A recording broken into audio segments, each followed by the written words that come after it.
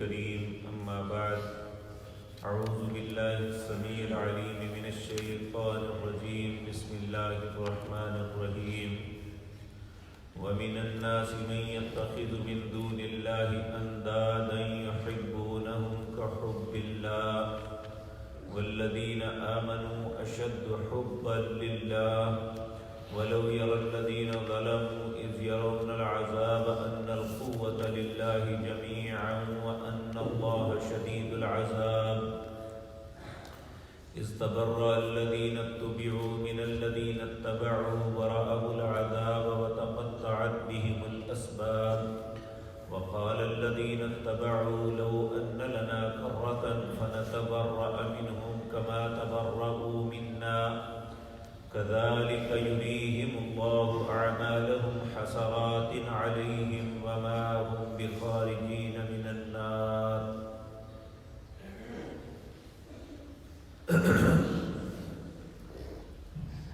حضرات محترم، کل کی مجلس میں ان 8 چیزوں کا تذکرہ کیا تھا جو اس کائنات کے اندر ہر وقت انسان دیکھتا ہے، اور یہ وہ چیزیں ہیں جو اللہ کی ذات کے موجود ہونے پہ دلالت کرتی ہیں، اور اللہ کی توحید، اس کی وحدانیت پہ یہ بہت بڑے دلائل ہیں۔ وہ 8 چیزیں آپ کے سامنے عرض کی تھی۔ ان میں پہلی چیز زمین اور دوسری آسمان، اللہ فرماتے ہیں انہیں کون بنانے والا ہے؟ اور پھر دن اور رات، کبھی دن کو لانا، کبھی رات کو لانا، کبھی اندھیرا چھا جانا، کبھی روشنی پھیل جانا، یہ سب کون کرتا ہے؟ اور دریاؤں کی بکھری ہوئی موجوں کے اوپر کشتیوں کو کون چلاتا ہے؟ اور اسی طرح فرمایا آسمان سے پانی کون اتارتا ہے؟ اور یہ پانی ہی واحد دنیا کے اندر ایسی چیز ہے جو ہر چیز کی بقا اور زندگی کا سبب بنتی ہے۔ اور اسی طرح زمین کے اوپر کتنے ہی دابا چوپائے ہیں جو اللہ رب العزت کے علاوہ کون پھیلانے والا ہے؟ اور ہواؤں کو موافق اور مخالف رخوں پہ چلانے والی آخر کون سی ذات ہے؟ زمین اور آسمان کے درمیان بادلوں کو معلق کرنے والی کون ذات ہے؟ اللہ رب العزت فرماتے ہیں یہ ساری 8 کی 8 چیزوں میں لآیات، نشانیاں ہیں، لقوم یعقلون، ایسی قوم کے لیے جو عقل کرتی ہے۔ جس کے اندر عقل نہیں ہے اس کے لیے یہ کوئی نشانی نہیں ہے۔ اب عقل کس میں نہیں ہے؟ جو یہ ساری چیزیں روزانہ ہر وقت اس کی آنکھوں کے سامنے ہے، وہ دیکھتا ہے، پھر بھی اپنے مالک، اپنے خالق، اپنے رازق، اپنے رب کے ساتھ دوسروں کو شریک بنا دیتا ہے۔ اور شریک بنانے میں سب سے پہلی بات جو جس سے انسان کے اندر شرک شروع ہوتا ہے وہ ہے اللہ کے علاوہ دوسرے کی محبت کا غالب آ جانا۔ یہ دنیا میں بڑے قصے کہانیاں سناتے ہیں، یہ لیلا اور مجنو ہے، یہ شیری فرہاد ہے، یہ فلاں ہے فلاں ہے۔ یہ وہ بدنصیب لوگ ہیں جن کی محبت اللہ نہیں، انسانوں کے پیچھے اپنی زندگی کو تباہ کر دیا۔ اور اسی طرح بعض لوگ مذہب کے نام پہ اپنی محبت لوگوں میں اجاگر کرتے ہیں اور ایک تصور دیتے ہیں، تصور شیخ۔ بظاہر انہیں کہتے ہیں کہ تم اللہ کا نام جپو، لیکن اللہ کو پہچاننا کس طرح ہے؟ وہ اپنے شیخ کے چہرے کو اپنے ذہن میں لاؤ۔ تو وہ بظاہر خناس کہہ رہا ہے اللہ اللہ اللہ، لیکن اس کے ذہن میں چہرہ کس کا ہے؟ اس بد نصیب کا جس نے یہ طریقہ سکھایا۔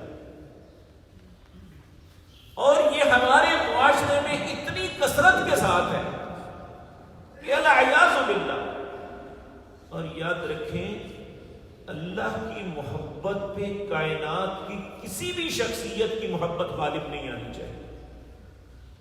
اس کائنات میں رسول اللہ سے بہتر کوئی ذات ہے؟ ایک شخص نے نبی کریم صلی اللہ علیہ وسلم کی موجودگی میں آپ کے سامنے یہ کلمات کہہ دیے، کہنے لگا ما شاء اللہ و شئتا، جو اللہ اور آپ چاہتے ہیں وہ ہوتا ہے۔ آپ ایک دم غصے میں آ گئے، آپ نے فرمایا اتجعلون للہ ندا، تو مجھے اللہ کا شریک بنا رہا ہے؟ کل ما شاء اللہ وحدہ، کہ جو اکیلا اللہ چاہے صرف وہ ہوتا ہے اور کسی کی کوئی مرضی نہیں چلتی۔ اور انسان اسی وقت دوسرے کی محبت میں گرفتار ہوتا ہے جب وہ سمجھتا ہے کہ یہ بھی کچھ کرنے والا ہے۔ اور آج کتنے بد نصیب ہیں جنہیں اولاد تو اللہ دیتا ہے لیکن منسوب وہ لوگوں کی طرف کرتے ہیں کہ فلاں شخص نے مجھے اولاد دی ہے۔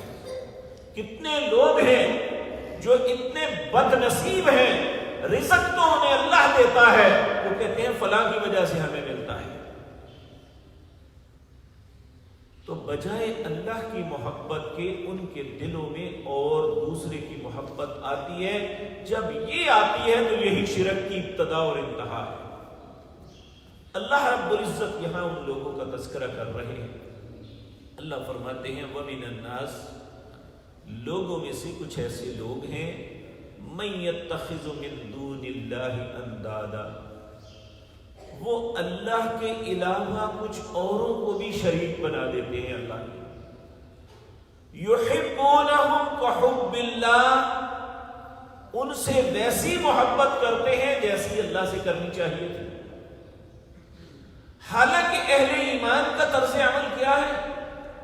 وَالَّذِينَ آمَنُوا أَشَدُّ حُبًّا لِلَّهِ، اہل ایمان سب سے زیادہ اللہ سے محبت کرتے ہیں۔ وَلَوْ يَرَى الَّذِينَ ظَلَمُوا إِذْ يَرَوْنَ الْعَذَابَ، جب یہ دیکھیں گے لوگ جو ظالم ہیں، جو اللہ کے علاوہ دوسروں سے محبت اس طرح کرتا ہے جس طرح اللہ سے کرنی چاہیے تھی، وہ ظالم ہے، وہ ایماندار نہیں ہے۔ کہا وَلَوْ يَرَى الَّذِينَ ظَلَمُوا، جب یہ دیکھیں گے ظالم لوگ اِذْ يَرَوْنَ الْعَذَابَ، اپنی آنکھوں کے سامنے عذاب، وہ وقت جب آئے گا اور یہ بھی دیکھیں گے أَنَّ الْقُوَّةَ لِلَّهِ جَمِيعًا، ساری قوت کا مالک تو اکیلا اللہ ہے، کوئی دستگیر نہیں، کوئی غوث نہیں ہے۔ غوث الاعظم تو دور کی بات ہے، غوث بھی نہیں ہے۔ غوث الاعظم اللہ کی ذات ہے اور کوئی دنیا میں داتا نہیں ہے اللہ کی ذات کے علاوہ۔ دینے والا اللہ ہے، غوث مطلب مددگار، وہ بھی اللہ ہے، دستگیر زندگی بخشنے والا وہ بھی اللہ ہے، کوئی نہیں ایسا کر سکتا۔ اور جب یہ دیکھیں گے کہ ان القوۃ للہ جمیعا، ساری قوتوں کا مالک تو صرف اللہ ہے، وان اللہ شدید العذاب، اور اس کا عذاب بھی بڑا سخت ہے۔ استبرأ الذین اتبعوا، اب وہ لوگ جو پیر و مرشد بنے پھرتے ہیں آج، یہ ان سے بیزاری کا اظہار کریں گے کہ ہمارا تمہارا تعلق ہی کوئی نہیں۔ استبرأ الذین اتبعوا من الذین اتبعوا، اپنے تابعہ داروں سے بالکل بیزاری کا، الگ ہونے، کہ ہمارا تعلق ہی کوئی نہیں، تم کون اور ہم کون۔ آج کہتے ہیں ہم بخشا لیں گے، ہم سفارش کر دیں گے، ہم یہ کر دیں گے، اس وقت کہیں گے ہمارا تمہارا کوئی تعلق نہیں۔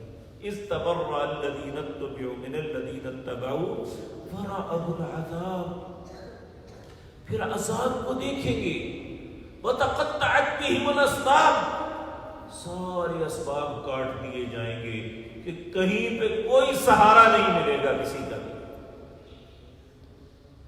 وقال الذین اتبعوا، اس وقت یہ مریدین کہیں گے لو ان لنا کرہ، اللہ ایک مرتبہ واپس بھیج دیں، فَنَتَبَرَّأَ مِنْهُمْ كَمَا تَبَرَّأُوا مِنَّا، جس طرح آج یہ ہم سے نفرت کا بیزاری کا اظہار کر رہے ہیں، ہم دنیا میں ان سے اسی طرح نفرت کریں۔ تو اللہ رب العزت فرماتے ہیں اس وقت پھر کیا ہوگا؟ كَذَلِكَ يُرِيهِمُ اللَّهُ أَعْمَالَهُمْ، پھر اللہ صرف ان کے اعمال دکھائے گا، یہ کرتے رہے، قبروں پہ جا کے سجدے، قبروں پہ جا کے طواف، قبروں پہ جا کے چڑھاوے چڑھانے، قبروں کے سامنے جھکنا اور انہیں اسلام کہنا، اس سے بڑا بدبخت انسان کون ہو سکتا ہے؟ اور یاد رکھیں یہ جو کہتے ہیں نا یہ بتوں کے متعلق ہیں، وہ بت بھی کوئی ہمیشہ کے بت نہیں تھے۔ ہندو رام کو پوجتے ہیں، رام ایک انسان کا نام تھا۔ کرشنا کو پوجتے ہیں، کرشنا ایک انسان تھا۔ عرب لوگ لات منات عزا کو پوجتے تھے، یہ سارے انسان تھے جن کی مورتیاں بنائی ہوئی تھی۔ قوم نوح کے لوگ ود سوا یغوث یعوق کو پوجتے تھے، وہ بھی ایک انسان تھے۔ بعض کہتے ہیں ادریس علیہ السلام کے بیٹے تھے۔ یہ سارے کے سارے جن کی مورتیاں بھی بنائی گئی ہیں یہ بھی انسان تھے۔ اور اللہ کے مقابلے میں کہ انسان کو کھڑا کرنا جو ایک گندے پانی سے پیدا ہوا، جسے اللہ ہی پیدا کرنے والا ہے اور اسی کی وجہ سے قائم ہے، اور انسان سمجھے کہ اللہ کے مقابلے میں یہ ہمارا کچھ بگاڑ دے گا یا سنوار دے گا، اس سے بڑی بد نصیبی کیا ہو سکتی ہے؟ اللہ رب العزت فرماتے ہیں كَذَلِكَ يُرِيهِمُ اللَّهُ أَعْمَالَهُمْ، ان کے اعمال ان کو دکھائے جائیں گے، وَمَا هُمْ بِخَارِجِينَ مِنَ النَّارِ، اور ایسے بد نصیبوں کو کبھی آگ سے نہیں نکالا جائے گا، کیونکہ مشرک کبھی بھی اللہ کے ہاں معافی کے قابل نہیں ہوتا۔ اللہ رب العزت ہمیں شرک سے محفوظ رکھا۔ نبی کریم صلی اللہ علیہ وسلم نے بڑے پیار سے اپنے صحابہ کو کہا، ایھا الناس، اے لوگو، اتقوا ھذا الشرک، اس شرک سے بچ کے رہنا، فإنہ اخفی من دبیب النمل، یہ انسان کے اندر اس طرح داخل ہوتا ہے جس طرح چیونٹی۔ تو صحابہ نے گھبرا کے عرض کیا، یا رسول اللہ صلی اللہ علیہ وسلم یہ ایسا ہے تو بچے کیسے؟ آپ نے فرمایا صبح اور شام اللہ سے پناہ طلب کیا کرو، اے اللہ ایسے شرک سے بھی پناہ مانگتے ہیں جو جان بوجھ کے کرے، اور ایسے شرک سے بھی تیری پناہ چاہتے ہیں جو غلطی سے ہو جائے۔ غلطی سے بھی شرک نہیں ہونا چاہیے۔ اللہ ہم سب کو محفوظ رکھے، ایمان کی نعمت عطا فرمائے اور توحید پہ قائم رکھے، اسی پہ موت نصیب فرمائے۔ اقول قولی ھذا واستغفر اللہ۔